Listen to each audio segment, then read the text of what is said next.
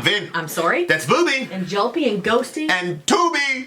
Because we hit 100,000 songs. That's why that's there. No, we didn't do 100,000 songs. We've done 1,500, though. That's a lot. It's a lot. Done a lot of hard work. After Forever, Beautiful Emptiness from the Invisible Circles record. That should be interesting. This is a Patreon Alliance pick. This is the core. Isn't Leah in the core too? Yeah. You got when Pony, I think the core, Leah. I think Leah. And Jay is also there. Pretty sure this is Jay's cat that was the intro. Really? I think so. The core. What is the core? The core is what is known as an alliance. So everybody is in the village, okay? I was at Fireside last night. Probably going to do a Fireside tonight. People were like, yo, how do I get into the village? The village is everybody. It's our entire community. Facebook.com/Vin and Sori. You watch the video. You comment. You're on Facebook. You're in the village. You're one of us. Bang, bang. There's a secret underground bunker called the Clan. And the Clan is just our Patreon. It's just a group of clan. He came up with the name. I came up with it. I'm thinking about a shirt. Oh no. Thinking about a shirt. I'm not sure. But how far are we gonna go? Too far. So anyway, it's the Clan. It's Patreon Alliance. $1 at the gate. You get in there. It is genre specific. So you'll get people. They'll bring in and that type of stuff, and then you go even further in the rabbit hole. There's Discord servers, they have their own things, there's contests, there's prizes, a whole world of things to do in Patreon. And this group got their song done. It's called Beautiful Emptiness. They voted on it. For timely topical political commentary, you can hit us up at Middle America with Vin and Sori. And another perk of the of being in the Clan is that you get to see our live watch-alongs to videos that we watch. Now, we had a Hail Satan live watch-along. It was like a Christians react to Hail Satan. And we did the entire movie, the documentary of Hail Satan, and then it was us and another Satanist guy. We were talking and exchanging ideas. That got taken down by YouTube, and they also hit our account with a copyright strike. Yes, that's not good. So that's not good. So we're not going to do that again, but we are still going to do watch-alongs, but we just can't publish them on YouTube. We got to do it on Patreon. Okay. Beautiful Emptiness, After Forever. Let's go. Okay, ready? Go! And go. Oh, this is live? Good.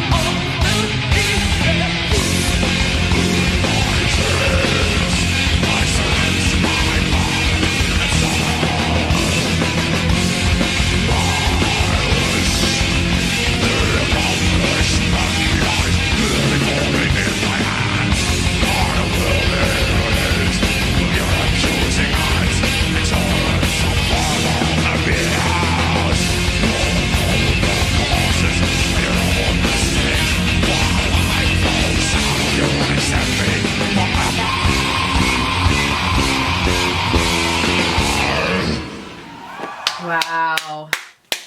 Whoa. Wow. What a sad song. So the first half of the song, I was like, eh. And then it got heavy. And I was like, yes, Pinky. Yes, Pinky. I don't like operatic singing if the music isn't heavy behind it, because the juxtaposition just isn't there. Mm-hmm. You know, so like the first, I was like, I'll tell you what. How much must it have sucked to be this band when Floor got the call from Nightwish, huh? Oh. La ilaha illallah. Because they had a pretty big crowd themselves. I mean, they had a pretty into it crowd. Yeah. And you're not going to... She's not... who are you going to replace her with? Forget it. I wonder what they did. You know, look, I'm sure, you know, hey, we're going to continue. They found another singer. I'm sure that young lady's a badass in her own right. It's just... Floor is the Tom... She's the Tom Brady. You don't hear about them. She's the Tom Brady of vocalists, man. Like, yeah, she's just incredible. I really think that there's nobody that tops her.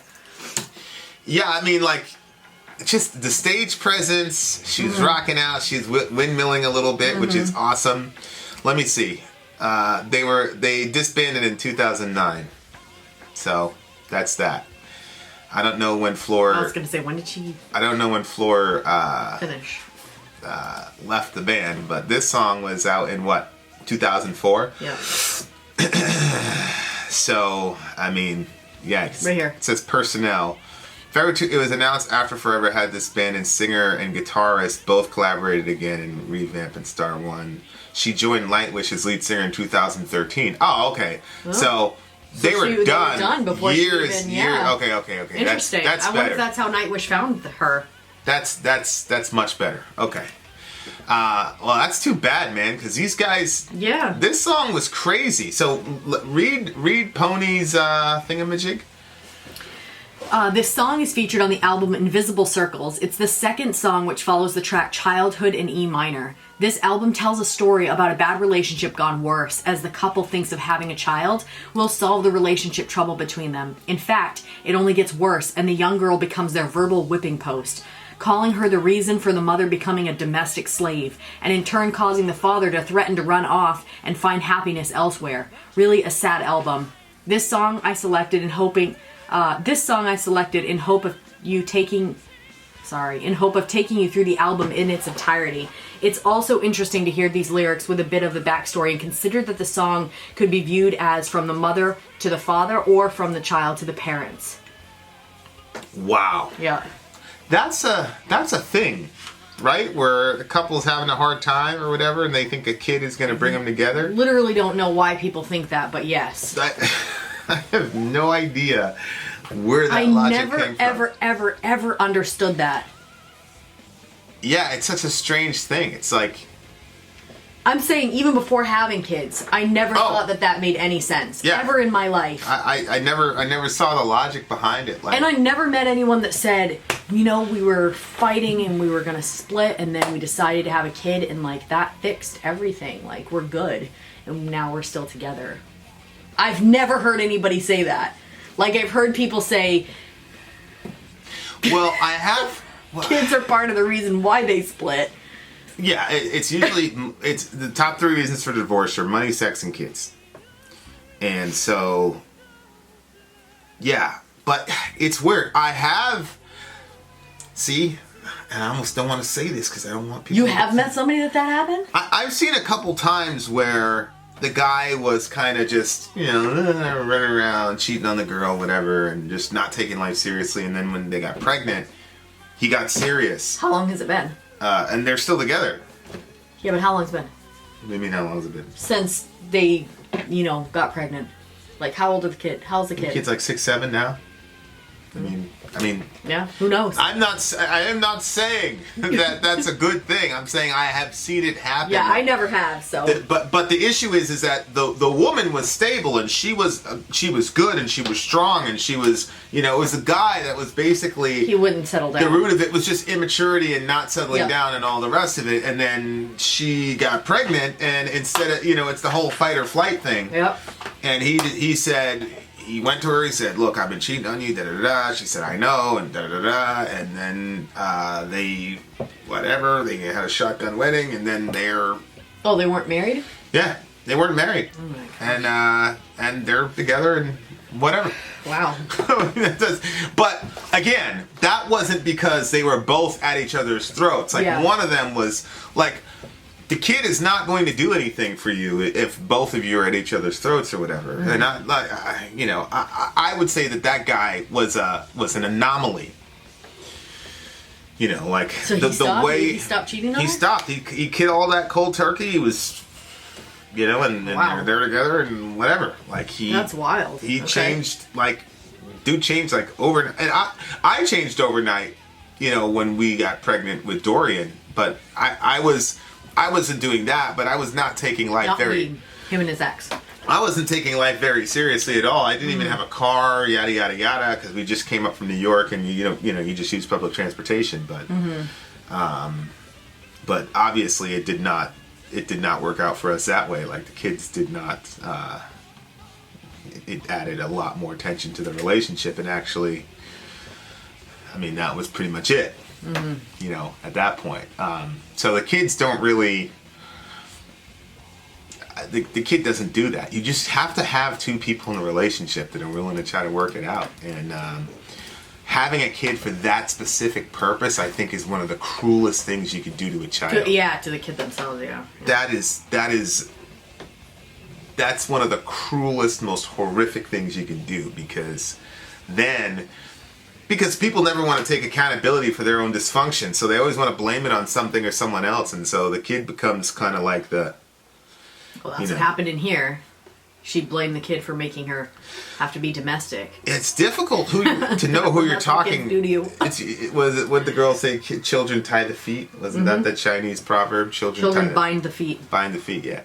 You're the worst of all with all your accusations and compunction. I can't suffer this duress from someone so depraved and selfish. You embody all that I've been through. Without you, I'm sure I will be loved. That's so sad. So that's the mom saying that to the child? No, that's the child talking. Well, Pony is saying it could be the mom speaking to the child. But it literally says child. Well, yeah, but like, for example, like they misspelled. They can make mistakes. They misspelled depraved here. They spelled depraved with a Y.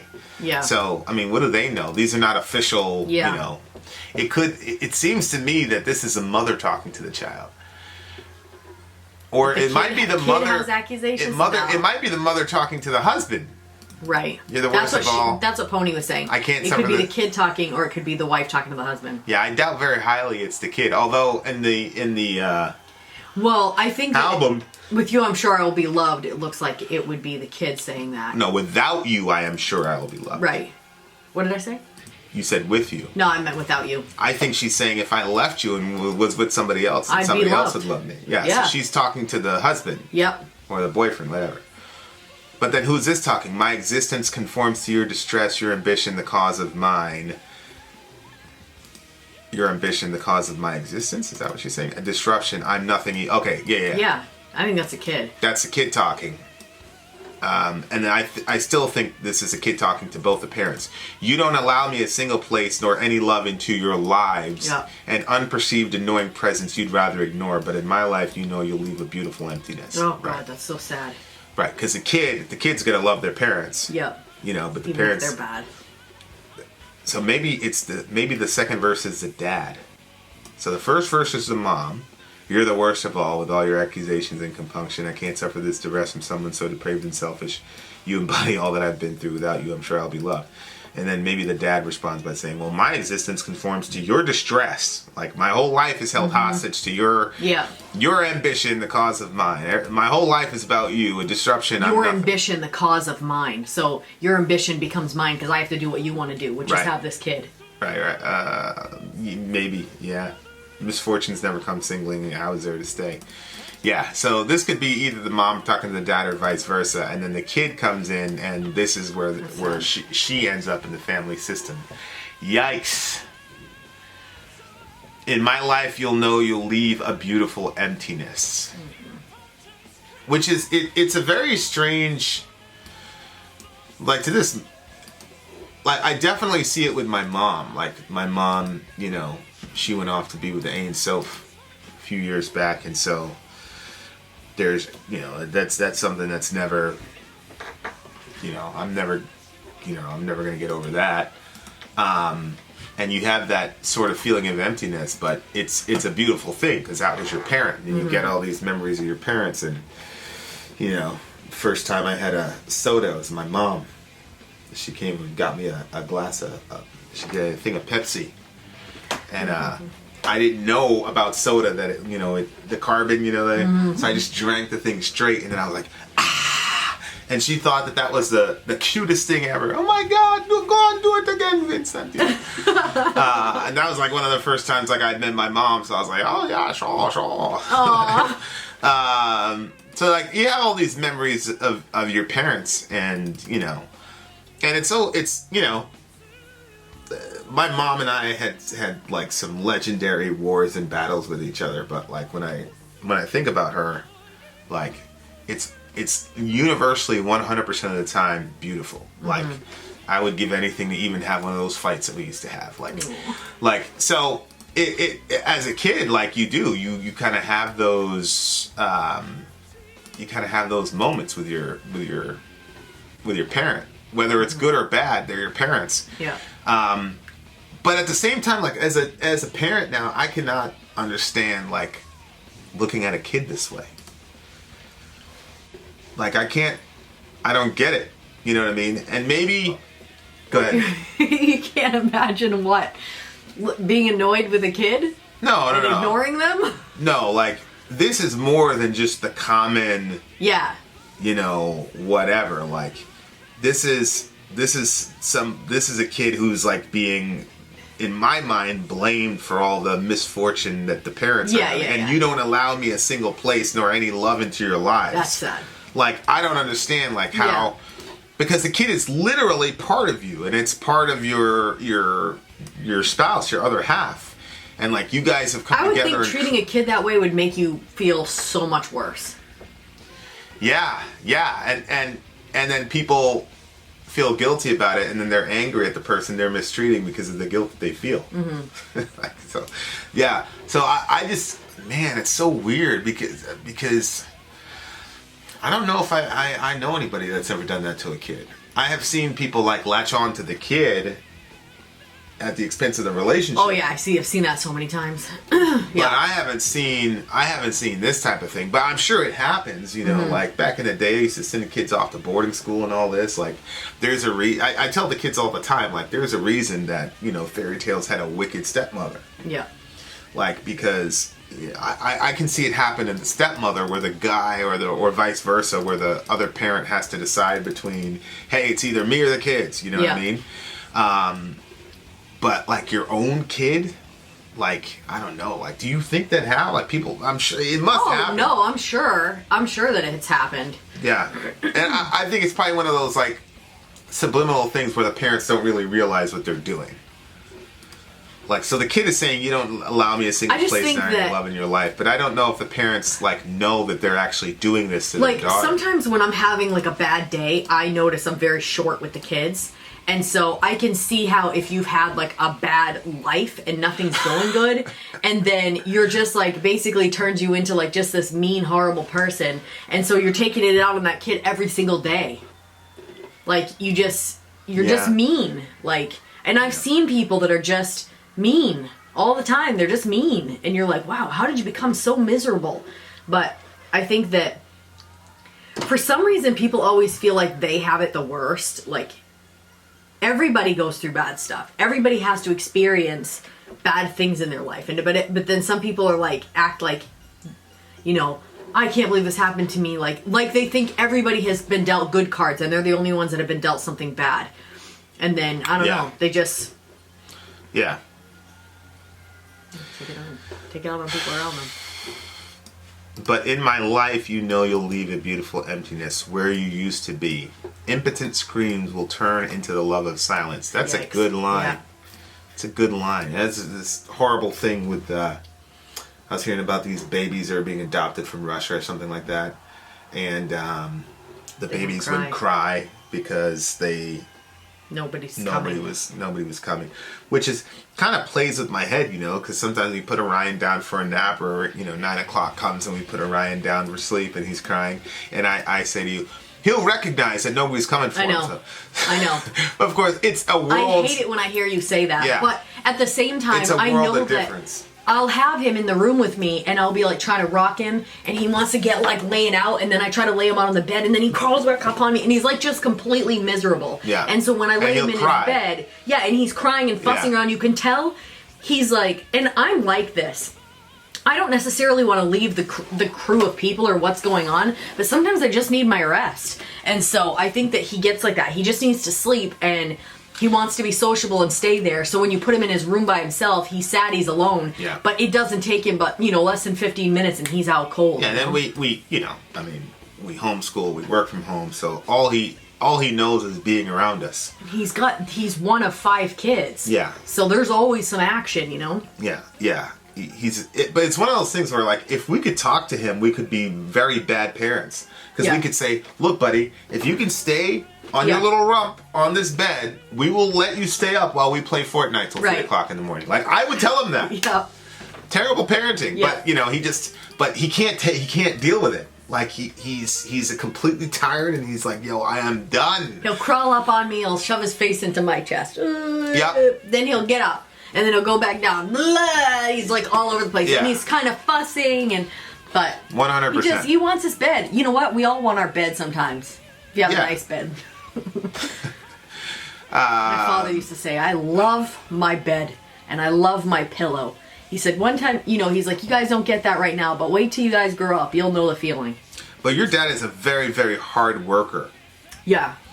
And there's nothing as sweet as going to bed after, like, a long, hard slog. Physical day. Yeah. Yeah. Where you used to be, even in screams would turn into the love of silence. I was kind of like this as a kid. Like, I wasn't, and it wasn't because I had this experience. Like I said, my mom and I had our wars, but I knew deep down that she loved me, and I knew that I was special to her and all the rest of it. Like, I didn't really think that I was like a horrible nuisance or something like that. But I do remember being very small, like 5, 6 years old, going downstairs and turning off all the lights and just playing Super Mario. Mm-hmm. And I wanted it that way. I wanted to be away from people and just have my game. Mm-hmm. And I didn't want to be, and one time my mom came down and I don't know if she was worried or whatever. She was like, Vincent, what you doing? I was like, I'm just playing Nintendo. And she's like, she sat down with me for a little bit, and she was basically saying, like, why do you come down here, and why do you turn off all the lights, and da-da-da-da-da. I was like, she was trying to check on me, give me my space, whatever. And, but I loved it. I love the fact that she was down there watching me play. I love that, but for some reason, I didn't ask her to do it again. But, of course, I would have now if I'd have known. But, she... Yeah, I feel like back then, like the kids always ask me, I'm like, you guys don't get, because they always complain we don't spend enough time with them. We play video games with our kids. Like, how many families play video games with their kids? Like hours of video games. And sometimes like multiple times a week this is happening. Sometimes almost close to every day. Yeah. So I'm like, you guys don't get it. Like, you guys are so spoiled, you don't get it. I'm like, my parents literally never played a video game with me. That never happened. And, Sayla's like, well, why didn't you just ask your mom to play a video game with you? That wasn't really an option. It just wasn't. Like, this family is like an anomaly. That wasn't like an option where you were like... There's very little gap between an adult and a child in this house. For better or for worse. Ridiculous. So, yeah, they don't understand because they've been socialized a certain way. Mm-hmm. And, some of that was by design, and some of that's just a consequence of the fact that we live and work from home. So... Mm-hmm.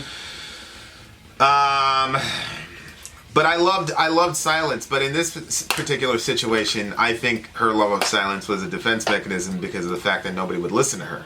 Mm-hmm. But to this day, I'm not. I love. No, I don't think that's what that meant. But well, it says impotent screams will turn What's into the impotent screams? I thought that there was all the fighting and everything will turn into the love of silence. No, impotent means powerless. So the screams have no effect on. So then she learned to just love the silence. I see. Right. That's not how I read it. Yeah. So, I mean, that's a rough situation. But then it's like, an extreme song like this kind of puts out, okay, this is an extremely horrible version of a parent. But then you say to yourself, like, okay, what screams are you not hearing? You know what I mean? From your own kids. Yeah. We went through hell with Dorian a couple years ago, after his mom, after, whatever happened or whatever. And he just didn't have the vocabulary to say what was going on with him. And then when you came to nanny for us, it was a disaster because he wasn't going to say, I have a fear of abandonment. Mm-hmm. You know what I'm saying? So he, and to this moment, like, he's still that way. Like, when you hear him talking about his future relationships and things like that, a lot of the crazy stuff that he says is about, like, trying to ensure that he's not going to get abandoned again. Yep. Yeah, for sure. So, which is, it's heartbreaking to see, but, so, like, it's hard to listen to your children as in listening beneath what they're actually saying. Like, there's what they're saying, but then there's something beneath what they're saying, and it's not a fear, but it is something that I constantly pray about as far as, like, God giving me wisdom, is to say, like, help me to interpret what they're actually saying. Yeah. Because it's easy to look at bad parents like, you guys are horrible parents, you guys are terrible, da-da-da-da-da, but it's like, okay, where are you on that scale? What were you going to say? I think that it makes it more difficult, too, when you have more than one kid or more than two kids. Oh, my So goodness. it's like, they're so... I used to think that you could parent all your kids the same. Like, if that's it, just across the board, that's fine. It's going to work, it's going to work. Yeah. And it's not true at all. And so that, like, it adds so many layers of complication to figure out, what's going on. Because one of them will do something for, like, they can do the same action, but one of them has, like, a terrible heart behind what they did. And one of them just wasn't paying attention. So it's like... Yep. Or one of them is just gifted in this area. Like, for example, school. Like, when I look at Dorian, I'm like, man, you know this already, man. Stop slacking off. Mm-hmm. And there have been times when I've wanted to do that with Zoe. And the Lord was like, you better not say that to that girl. And I'm glad I didn't. Because later she comes back and says, thank you so much. You're so encouraging, yada, yada, yada. And I'm like, I was this close to crushing her. Yeah. And then it's not even that. You got different genders, and they're different, man. Contrary to popular belief, girls interact with stuff way differently than boys, and they deal with their fathers differently than their mothers, and vice versa. I mean, it is extremely complex. There's so many pitfalls that you can run into as a parent that make a song. And that's why songs like this work, because even though most of Nightwish's or After Forever's constituency are not in this extreme version of it, people can relate to feeling unheard. But I'm sure as progressive as I think I am in my parent, I'm sure in 10, 15 years from now, they're going to be able to say, there are times when I just didn't feel heard, or yada, yada, yada, yada, yada. And, so it's almost scary as a parent. But then, I always fall back on that whole thing in James where it says, if you lack wisdom, ask God and he'll give it to you freely and don't doubt. So I go, okay, well, there you go. In my dreams, I solve the problem by removing it. I know. My wish is to see you grovel like you once forced me to. Okay, so that's definitely one of the... No. I think that's the dad or the mom. That's the adults. And solve the problem. I think the problem is the child. And then I wish to see you grovel like you once forced me to. Or do you think that's a kid? I thought it was the kid, because it talks about a dream in another place, and it sounded right. Scroll up, right there. It's all in my dreams. I'll remove you in our mutual disgust. So I just thought it was just the kid dreams of it all to be okay. We'll be perfect and pure. I don't know. Well, I'll remove you in our mutual disgust sounds like I'll remove you. It's the parent talking. Yeah, about the kid. The kid and the other person. Yikes. Man, these people really do not like each other. I know. But that's all this, like, that unspoken sort of bitterness that people hold on to in relationships because they think that that's better than fighting and all the rest of it, and then it just bowls over. Like, if they would have dealt with this groveling thing, before. Yeah.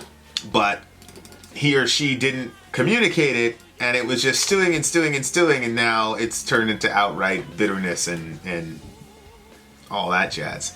What a horrible toxic environment for somebody to be, for a kid to be in. Yeah. It was toxic for everybody involved. Yeah, it's sad. My life has been like hell so far. It's sad that you're the cause, and I'll be cured in this beautiful empty world, floating away with your precious visions and hate. Perilous visions and hate when you're gone. Silence will fill up the emptiness when you're gone. We will all be released. Yikes.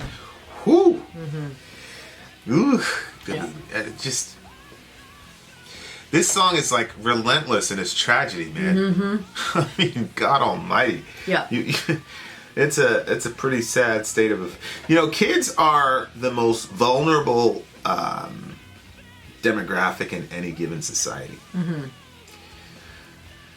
And I was surprised one time, like, you figure like these child protective services or whatever that, but we've seen some like pretty crazy stuff, and people get away with like almost literal murder and still get the kids, and then unfortunately sometimes the kids end up dead or whatever. But it's just, they're just so vulnerable, and it's because they can't contribute anything to the to our society, and so there's this sort of Machiavellian kind of like, hey man,